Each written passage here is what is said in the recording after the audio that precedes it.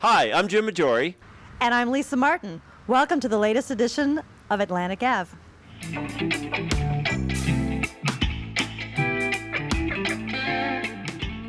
Welcome back, everyone. As you recall from our last show, I was on assignment, and the piece that we shot at that time was with Lieutenant Jason LaJoy. He's the coordinator for our emergency response at the Northampton Emergency and Fire Rescue. We also took a look at that time at the newest piece of equipment that we have, which is the ambulance. Hopefully you'll never have to use it in town, but if you do, this piece will show you just how important it'll be to save your life. Let's take a look at that now. Hi everyone, we're sitting here today with Lieutenant Jason LaJoy, who coordinates all of the emergency response services for the Northampton Fire Department. Jason, I want to thank you for coming in, taking time out of your, what I know is a very busy day, to share with us a lot of what happens for EMS for the town of Northampton, which I'll say thankfully, most of us probably don't know anything about. True. And I say that tongue-in-cheek because we don't ever want to have you guys come over, but it happens a lot. That's exactly right. So thank you for coming over, and I'm hoping you can share a little bit about what happens with the EMS department for Northampton. Certainly. Just to clarify, EMS stands for Emergency Medical Services. It's a broadly used term throughout the nation, and EMS is basically encapsulated within private ambulance services or fire-based, and that's typically what we find in a lot of towns and cities are fire-based EMS services. So what that means is that not only do we provide fire suppression, fire attack, fire prevention inspections, but we also incorporate everything as far as emergency medical services where we provide ambulance service to the town. So with that being said, all of our members are certified as firefighters as well as EMTs. And right now, all of our members are certified as advanced EMTs, meaning that we can do so much more than just a basic EMT, which is very, very valuable in the sense that we can provide medications, IV therapy, things like that. It's basically advanced life support is what we're capable of delivering to people. Advanced EMT is just below the level of a paramedic, which as you know, we have just recently hired our first paramedic a few months ago. We also have another member who is currently advanced EMT, but he's going through paramedic school right now. So hopefully in the near future, we're going to be having at least one paramedic per shift. The difference between an advanced EMT and a paramedic is that a paramedic can give more medications. They basically work underneath a doctor in the emergency room.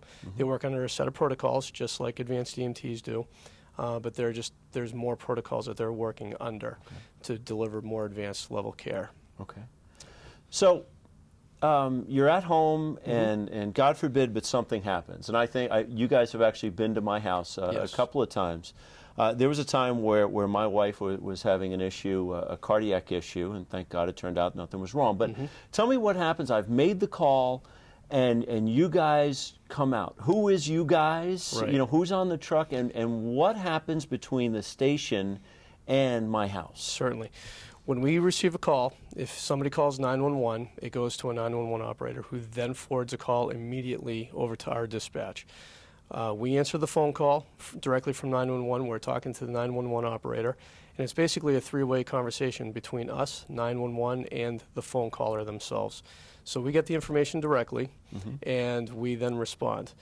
Our average response time to anywhere in town is 3 minutes. Wow. Which you can't put a price on that. 3 minutes for us to get there from the minute that somebody's having an emergency is crucial. So by the time we get there, what you're going to be getting is the way we work, we have 4 shifts with 3 members per shift. You have a lieutenant and 2 firefighters. You're going to be receiving a minimum of 2 people on that ambulance, both trained at the advanced EMT level or one with a paramedic. You're always going to get the ambulance. On occasion, you may end up seeing a fire engine there as well. And the reason for that is, depending on the level of emergency, it could be a fairly routine emergency or something fairly complex.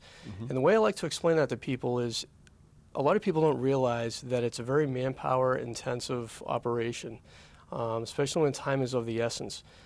our goal is to get there and provide the most valuable care possible in a very timely fashion.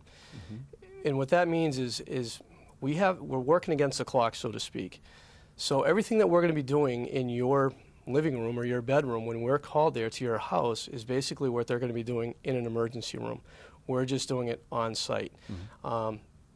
But if you think about it, if you go to an emergency room, you usually have a staff of usually 2 or 3 nurses and a doctor. When we show up, you have a minimum of 2 people. When that fire engine shows up, it's usually the on-duty fire lieutenant who's there to provide extra services as far as bringing equipment into the house to help out the EMTs or paramedics.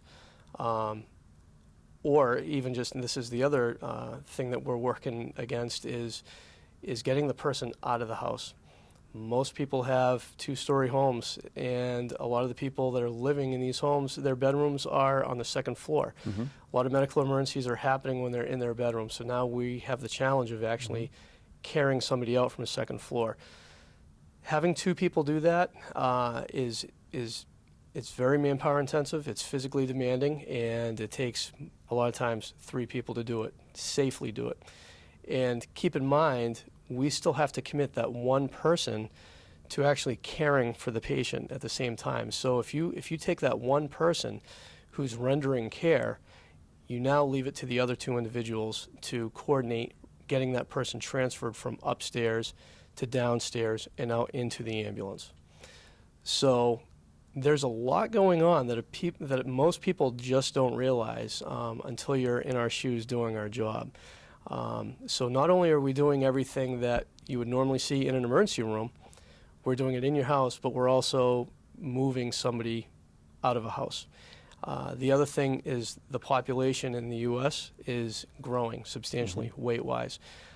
If you take an average adult at around 200 pounds, that's a lot of weight. We deal with a lot of people in excess of sometimes 300 pounds.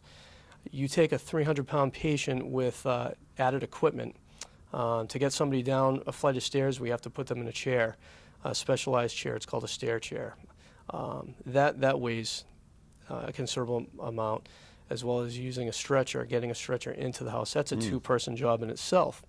So there's a lot to consider, and like I said, it's very manpower intensive, as well as delivering the care. And one thing I'd love to be able to show you is the equipment that we actually carry on the ambulance. A lot of people don't realize what we have in stock and that's available for them. So well, we definitely, in fact, what we're going to do is go out and see the ambulance, which would be fantastic. But another thing I think is important, you talked about doing this for residents in town, in their house. But Northampton is unique in so much as you could get the call for the beach or from the beach. Absolutely. You could get the call from Route 1. You could get the call from Route 95. Correct. So when you come in the day, you're not saving a cat from a tree. No. It could be a motor vehicle accident, and you have to respond to so many different things. Definitely. And how many calls do you get a day? Or a month is probably easier. Sure. On an average, it's probably about 2 to 3 calls a day the way it works out. And like you said, it's such a diverse community, and there are so many different types of emergency medical calls that we go on. Anything from, like you said, motor vehicle accidents where, yes, you do have a patient that you need to take care of that was injured, but you also have to take care of, a lot of times, extricating them from that vehicle. So that's where the dual roles come in, from firefighter and doing rescue operations to then transferring that immediately to medical operations. There's so much that we all do all at once. A lot of fire departments, bigger fire departments, have specialized units where you have an engine company, a rescue company, and each one has very specific jobs. We do it all. So with a very small staff, we're all trained to do what these bigger fire departments do at very individual levels. We do it all. So that's something that makes the department so great. Is just having highly trained individuals like this, and like you said, we can respond from Route 95, which we've done many times, from a motor vehicle accident, and then get called to somebody with chest pain, to a severely burned patient. Most recently, we've encountered a couple plane crashes within a couple weeks. I mean, it's so diverse what we see in this town. Right. So yeah. Okay. Well, you mentioned it before that we could go over and see the ambulance, which is brand new. It's only a year and a half old, That's correct, yes. So I think it's important that the residents in town get to see the equipment. Right. We're getting to meet the people, but see the equipment also that hopefully they'll never need to see at their house. Right. So we're going to take a quick break for some community notes, and then when we pick back up again, we'll be in front of the ambulance. Thank you so Excellent. much. Thank you for the opportunity.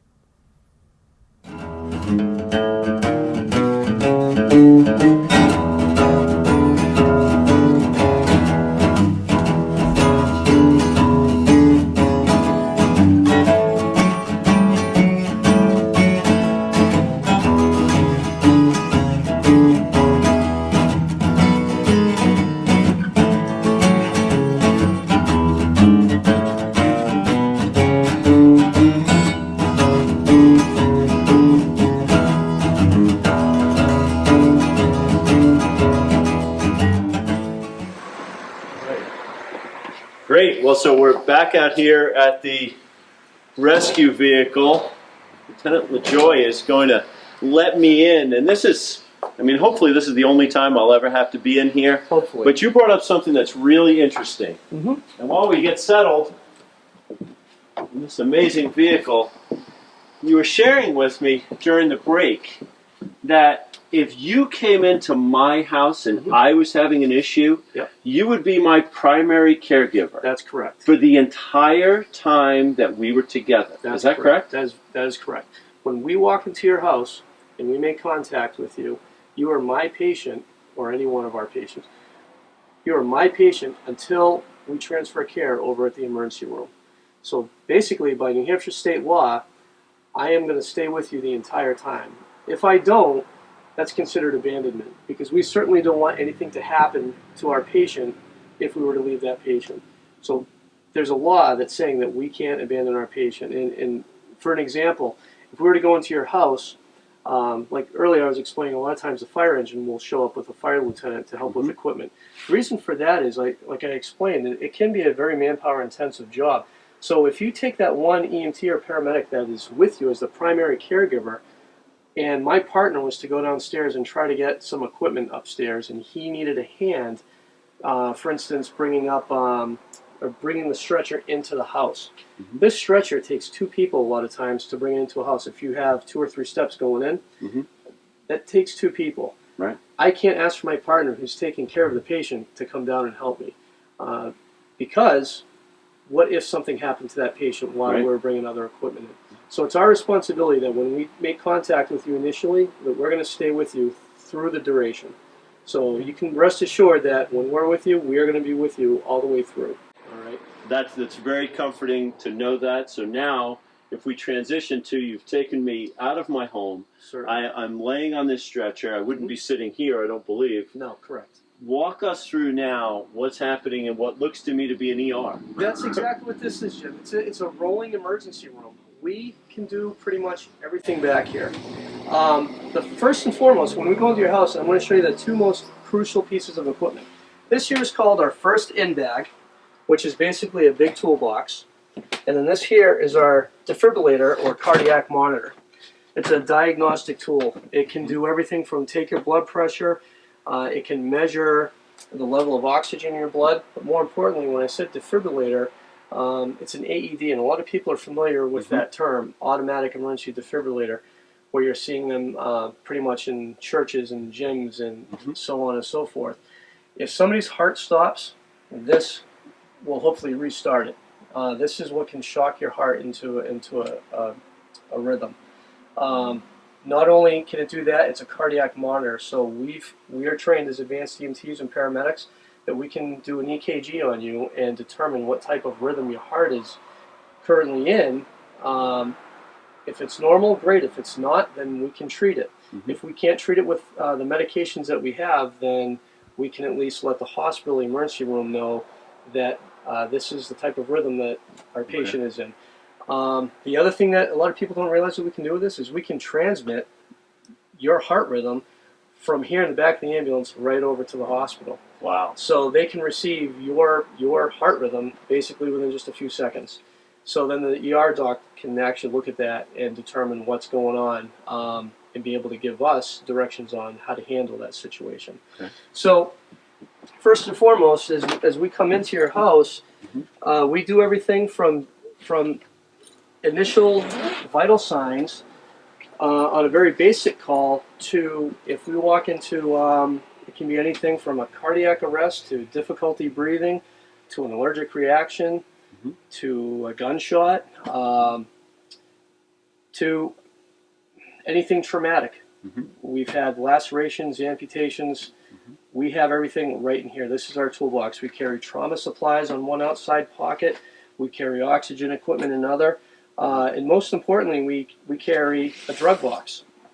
This has advanced life support medications in here. If somebody's having an allergic reaction, people are familiar with the term EpiPens. It's epinephrine that's basically in an auto-injector. Wow. We carry that right in here.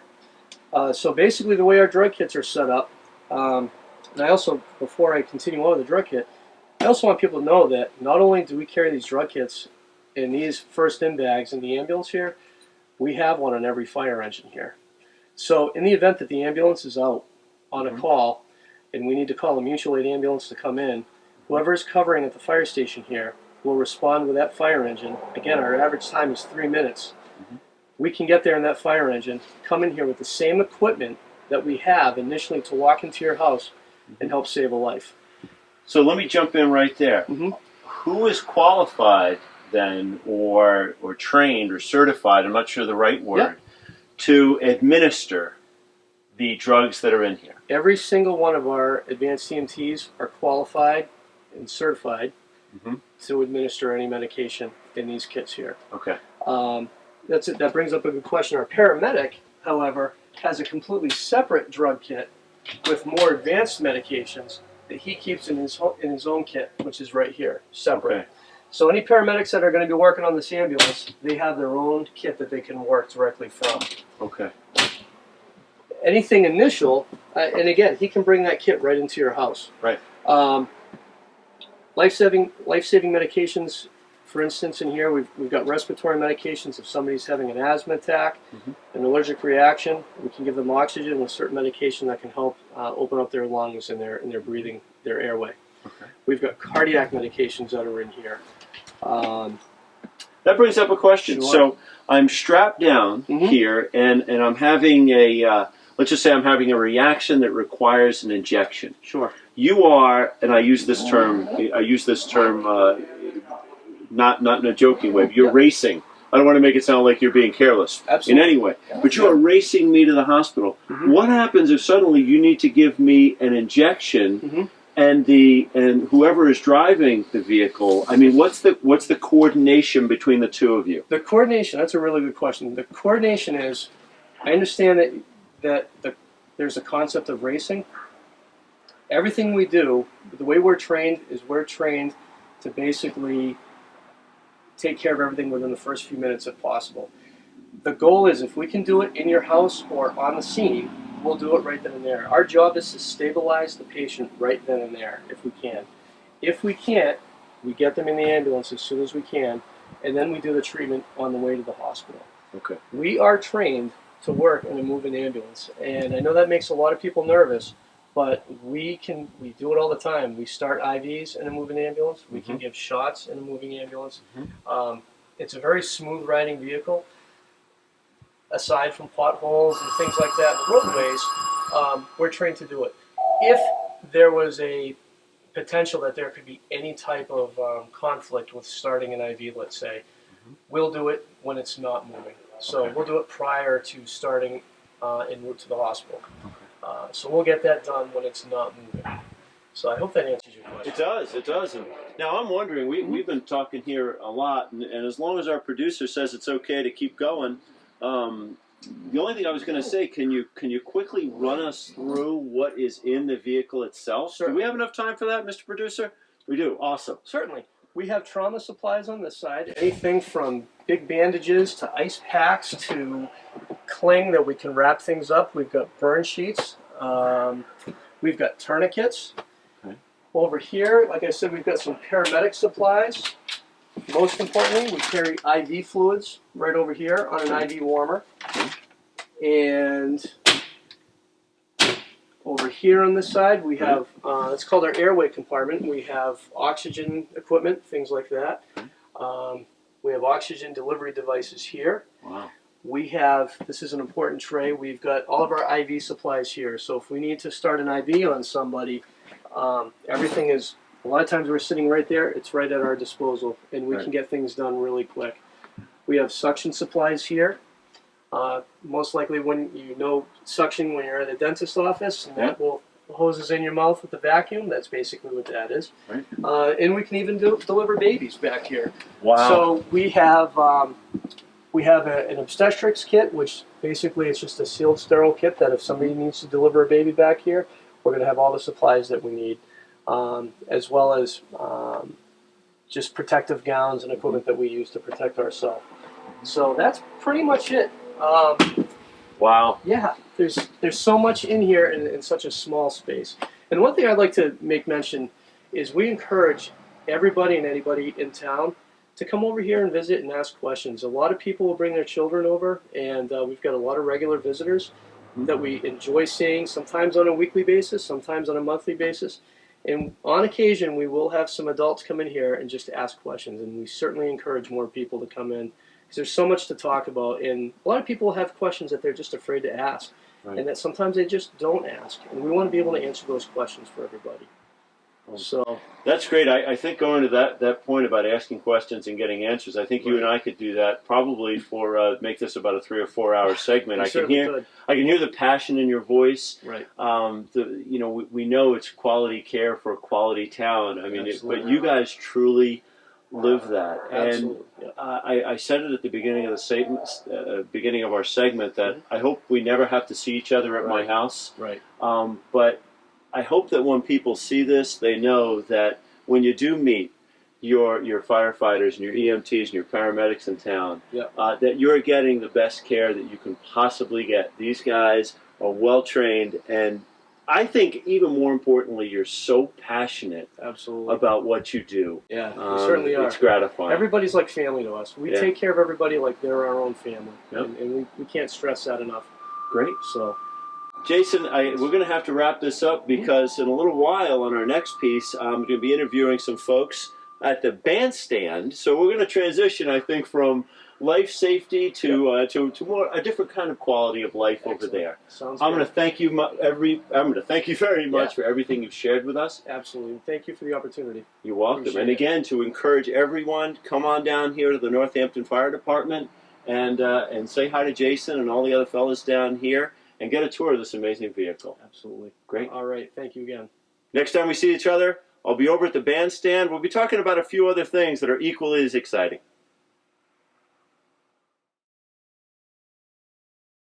Nickelodeon's Get Dirty is celebrating Earth Day all day, every day, all year round. Hi, I'm Abigail, and I want you to meet a friend of mine. This is Tara. Sadly, elephant numbers are decreasing in the wild, and it must be stopped. I'm spreading the word on elephant conservation. Whether it's wildlife conservation, planting a garden, or cleaning a beach, there are lots of ways to get dirty for a cause. Now I challenge you to get dirty by going to nick.com/getdirty to learn more and take the challenge. Nickelodeon will help spread the word, and you can enter to win a trip to the 2015 Halo Awards. Go to nick.com/getdirty today. Welcome back, everyone. We have with us the star of the video you just saw, Abigail Saltmarsh. Abigail, welcome to this edition of Atlantic Ave. Thank you. Thank you. That's a great piece that you did for Nickelodeon. But it didn't start at Nickelodeon, did it? It started at Northampton School right here in town. Can you tell us a little bit about that? Well, with the new program, We Talks, that all the 8th graders and 7th graders have to do, it started with a speech that I wrote about stopping ivory trade and saving the elephants. And then we got our videos videotaped that we presented to the class with our speeches being said, and my family and I posted it to YouTube to share, and then we sent it to the Wildlife Conservation Center, and they were speaking with Nickelodeon at that time. And then Nickelodeon was looking for a national spokesperson for their new campaign called Get Dirty, and they selected me for that spot. And so they took you down to Atlanta, right, to be Yes. part of their program. Yeah, they flew me down to Atlanta to film a short segment. So what was your role as part of that segment? It was called Get Dirty, yes? Yes, it was. And my role for that was just telling kids to get out there and create a short video about something that they're doing in the community.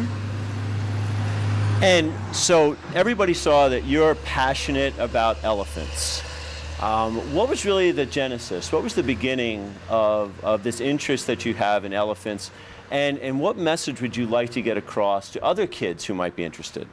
Well, my interest in elephants I've always just been fascinated with them because they're just such beautiful animals. And, well, to get out there and spread your message, you just need to start small, and it will become something bigger. And How are you spreading your message? well, you can just post something on social media, just tell everybody you know about what you're trying to do and what your message is, and that's what I did for it. See, when I was younger, you'd have to do, let's see, a videotape. You'd have to record that, re-record it, send it out to everybody that you're doing. But now with technology, you can post it to YouTube, which you said your family did. And this message goes out across the globe, right? Yes, yes. Which is a different concept for those of us who went through the Northampton schools back when they had the oratorical contests, Right. which were much smaller, and they were basically for people within the audience right then and there. Now you've actually got a global audience for what you're trying to do. How would you recommend that other kids determine what kind of message means something to them? How did you decide that elephants or that the ivory trade was something that was important to you? And how do you suggest kids your age find their passion? Well, if you've always just been interested in a topic and you know something is happening with them, then you just need to start and just start by spreading the message or just participating in local fundraisers and things like that, and it will aspire to be something bigger if you just keep participating. So when you were at Nickelodeon, did you get slimed? I really want to know. I did not get slimed, but for part of it, they did a little edit where it looked like the elephant was spraying water on me. Oh, how fun. How fun. Yeah, but you had to get dirty, though, because this whole thing was Get Dirty, Earth Day, the whole thing wrapped together. So how did you get dirty? Well, I was helping clean the cage by picking up hay and putting it in the pile to bring to the elephants, and then I actually was able to work with elephants, and I was able to feed the elephants by hand. Wow. And I was able to paint with elephants with me holding out the canvas and then them having the paintbrush and painting on it. Really? Yes. So we can go to the Metropolitan Museum of Art at some day and see your artwork with, what was the name of the elephant? There were two elephants actually, and the one that I painted with, her name was Kelly. Yeah. That's fantastic. So what are your plans when you head off to Winnacunnet next year? Well, I'm just going to continue to spread the message and raise awareness for the protection of elephants. And do you have a website where people can go to either donate to this or to see your video? Well, the website that I would go to donate to Saving the Elephants is 96elephants.org, and they help save elephants by trying to stop the poachers from selling ivory over the world. Wow. Wow. But you have been an inspiration. You've been an inspiration, obviously, here in Northampton at the school. You're going to be an inspiration at Winnacunnet. You've been an inspiration now online, but I shouldn't say but. You've been an inspiration to your brother too, right? Yes, Yeah. he was participating in the Get Dirty campaign by spreading his message about saving the wolves. So after we come back from Community Notes, I believe that your brother Peyton is going to be with us also, be a guest with us also, and talk about what he's done to help spread the word. And so that'll be an exciting piece too. So we'd like to thank you very much, Abigail. Thank you for joining Thank us you. and helping pass on that message. And we'll be right back after these Community Notes.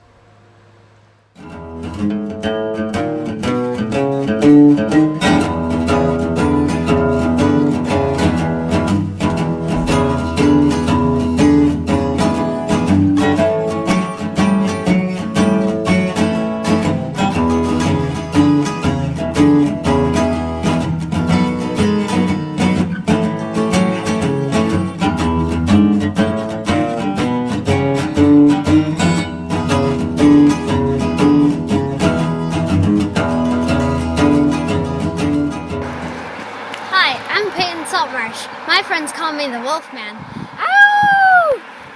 I'm training hard to run 13.1 miles this October to help save the wolves. And I need your help to keep the pack alive. The gray wolf used to thrive in the northeastern United States, but there hasn't been a single wolf sighting for the past 22 years. Wolves can reach speeds up to 40 miles per hour during a chase and have been known to cover 60 miles in a single night. When I'm running in the woods, I feel like a wolf. I feel happy and free. I want the wolves to feel the same way. I'm Peyton, and I'm getting dirty by running 13.1 miles to save the wolves.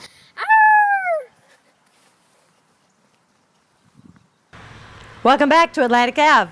I'm Lisa Martin here with Jim Majori. What a great video. This one done by Peyton Saltmarsh, Abigail's brother. Welcome. Thank you. So it's interesting to find out that we've got two videographers in your family, but more importantly than that, we've got two people in your family who've taken on these interests in making the world a better place. What got you interested in wolves?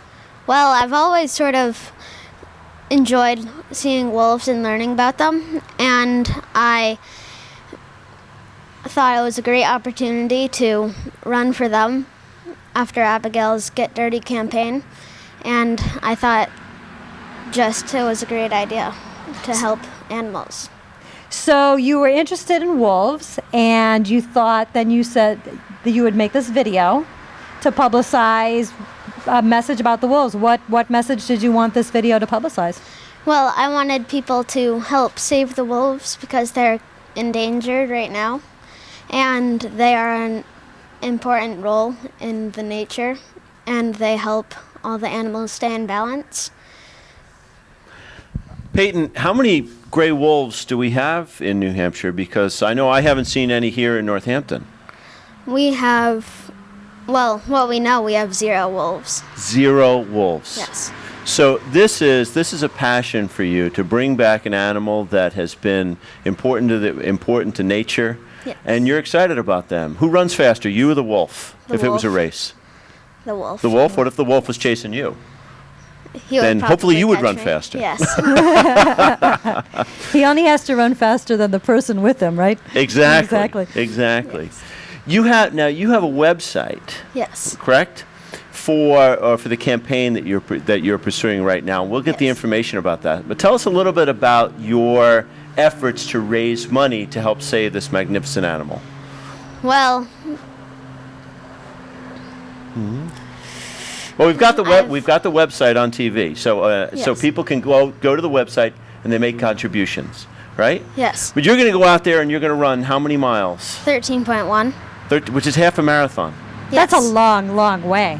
Yes. it And you've is. been training for that? Yes. What got you interested in using running to raise money Well- as opposed to car washes or some other idea? Wolves are runners, and so is my family, so I decided that I could run. So your family runs as well? Yes. Do you run with them? Do you train with your family? Yes, I do. Have you ever done a half marathon before? No, I haven't. What's the furthest you've ever run before? 9.2. 9.2. So you're That's excited pretty about doing close. a That's half marathon. close. You're almost there. Yes. When is your half marathon? My half marathon is October 4th.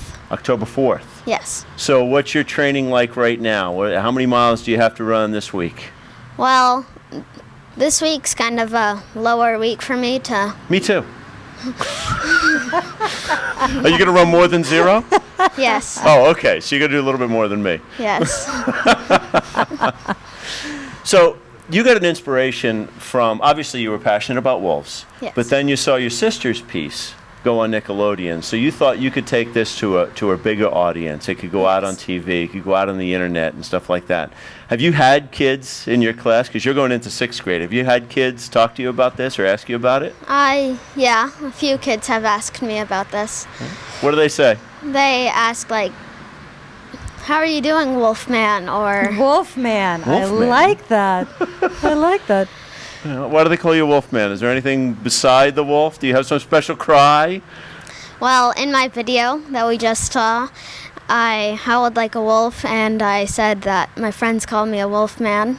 Yeah. And yeah. And there you go. And there you Yes. go. Cool.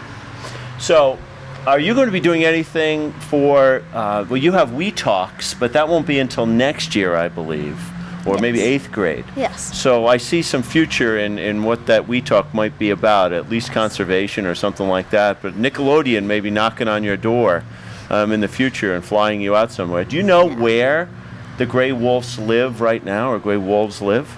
Well, they live in the northern United States, and there are a lot of conservations to help save them. Okay. And I previously went to the Wolf Conservation Center to see wolves and learn more about them. Where was that? It was in New York. In New York? Yes. Wow, upstate New York? Yes, it was. I know that in the Midwest, in the upper Midwest, there used to be, it used to be fine to hunt and kill wolves, and I know that they had put a ban on it. And I believe just within the last 3 or 4 years, they've lifted the ban, right? Is that correct? I'm not sure. Yeah, and so I know that it seems like there's kind of a love-hate relationship with how the wolves are very valuable to the ecosystem, but if you're a farmer, your sheep are valuable to your ecosystem, and it's, you know, where's the balance between maintaining that? How do you feel about the best way to maintain that balance? Well, I think you should just put higher security around your farms so the wolves can have their piece of the land and you can have yours. That's a very good suggestion. That makes a lot of sense. It does make a lot of sense. Yeah. Peyton, thank you so much for joining us here on Atlantic Ave. We'd also like to thank your sister Abigail for taking the time out to share her passion with us also. And good luck with the race. That's a long way to go. Yes, thank you. You must be truly devoted to this cause. Yes, You doing the race with your whole family? just by myself. Just By yourself? Yes. Well, look for me. I'll be there. I'll be the one behind you. Don't look for me. I won't be there. I'll be the one handing you something to drink as you go by. That's what I'll do. Yes. So great.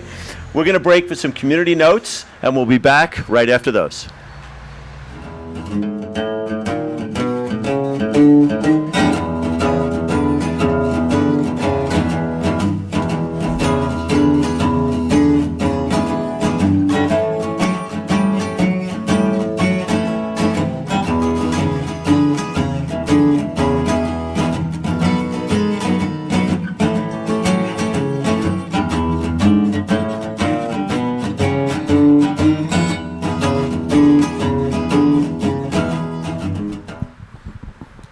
Welcome back. Now it's time to talk about the real elephant in the room. Jim, what's the deal with the dead fall leaf?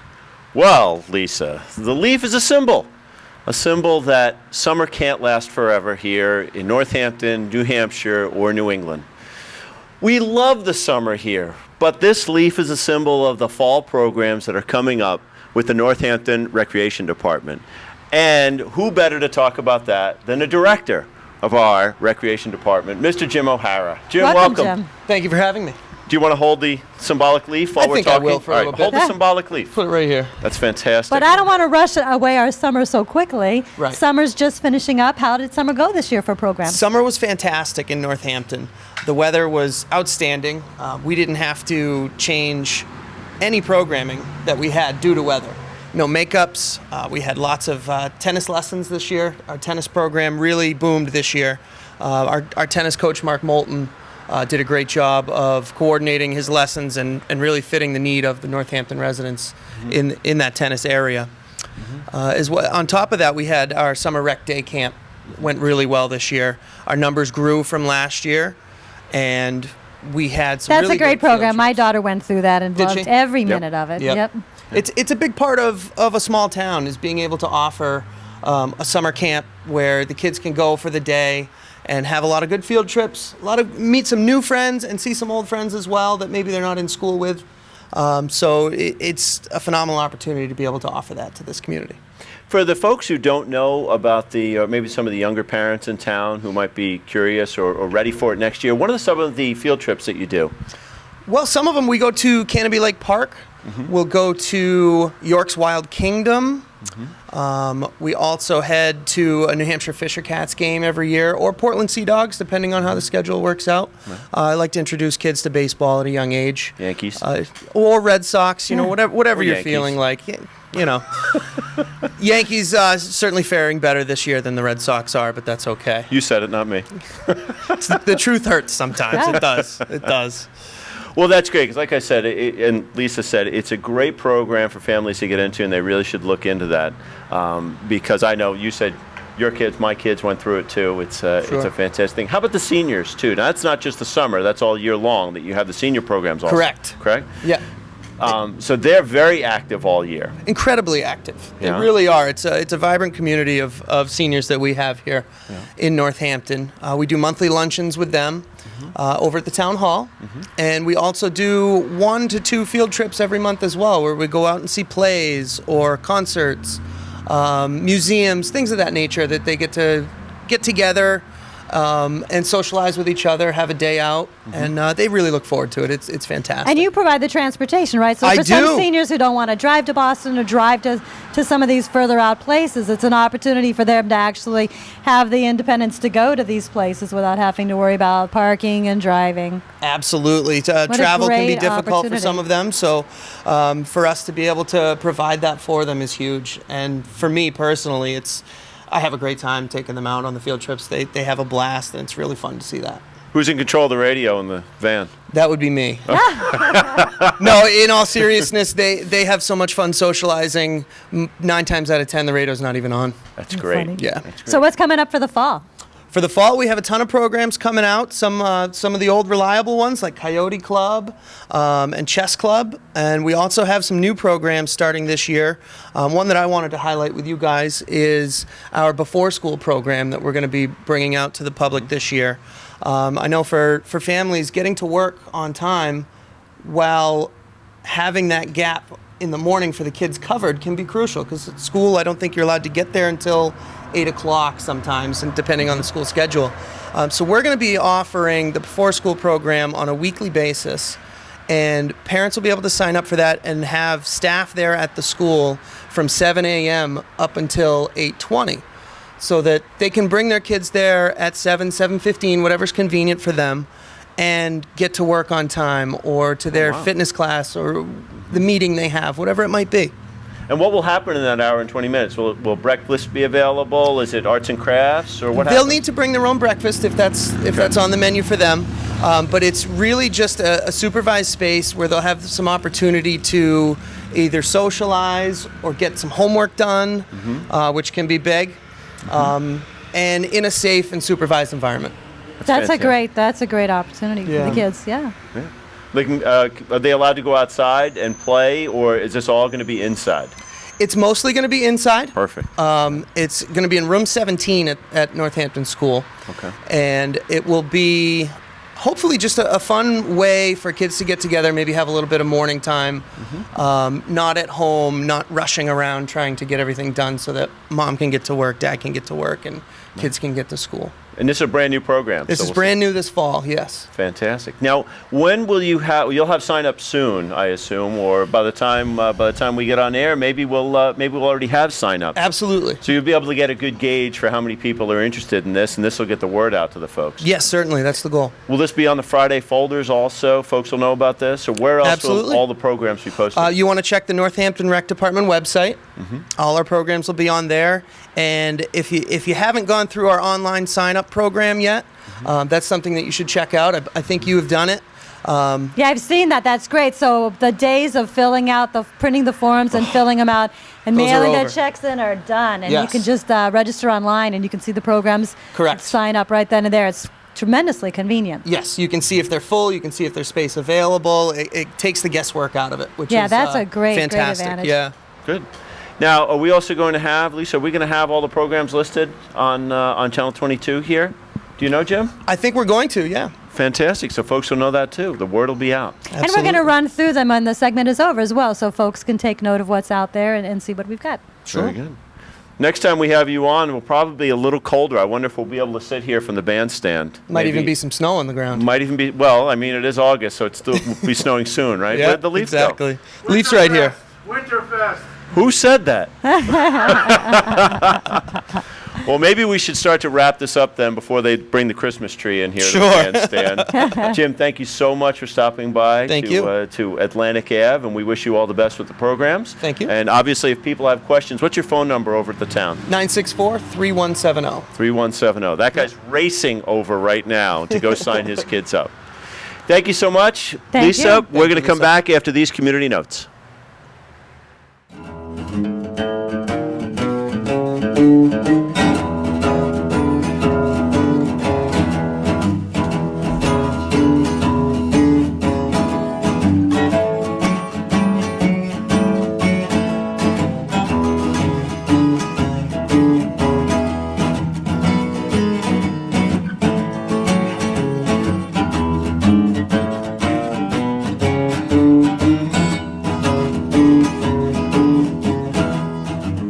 Thanks to all our guests for a great show. A great show, which when you see it on Channel 22, will be in HD. Our producer is thrilled about that with all of his new equipment. As are we. As we are too. So, until next time, thank you so much, and we'll see you on Atlantic Ave.